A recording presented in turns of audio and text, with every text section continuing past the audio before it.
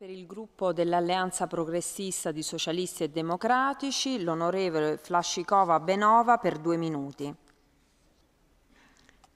Ďakujem veľmi pekne, pani predsedajúca, pani komisárka.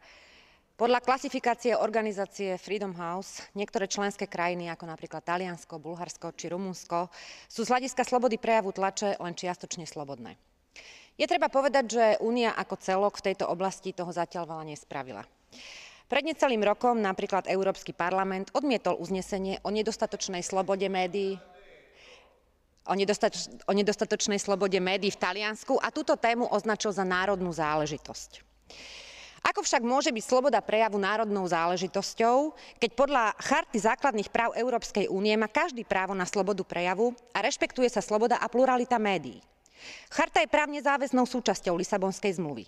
Preto som presvedčená, že je žiaduce, aby Únia konala proti národným zásahom do slobody prejavu a tlače, či sú to už snahy obmedziť médiá pod zámienkou boja proti terorizmu, alebo sa jedná o ochranu novinárov a anonymity zdrojov.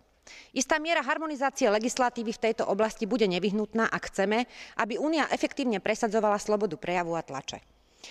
Alarmujúcou skutočnosťou je v tomto období aj situácia v Rumunsku, kde bezpečnostný kabinet pod vedením prezidenta Rumunska prijal programový politický dokument vyjadrujúci národnú stratégiu, v ktorom definoval médiá ako jednu z možných hrozieb bezpečnosti krajiny. Je dôležité zdôrazniť, že situácia v Rumunsku je v absolútnom rozpore so zmluvou, kodanskými kritériami či dohovorom o základných ľudských právach a slobodách. V dnešnej dobe je neprípustné, aby výkonná moc štátu takýmto spôsobom zasahovala do slobodu prejavu a tlače.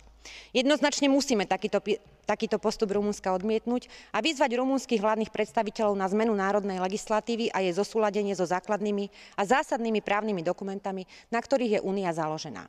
Nakoniec mi dovoľte pre inšpiráciu jeden príklad. Iba nedávno prijal Island veľmi progresívny zákon o ochrane novinárskych zdrojov a na podporu investigatívnej žurnalistiky. Nevidím dôvod, prečo by Európska únia mala na seba pri podobných iniciatívach nechať čakať. Ďakujem za pozornosť.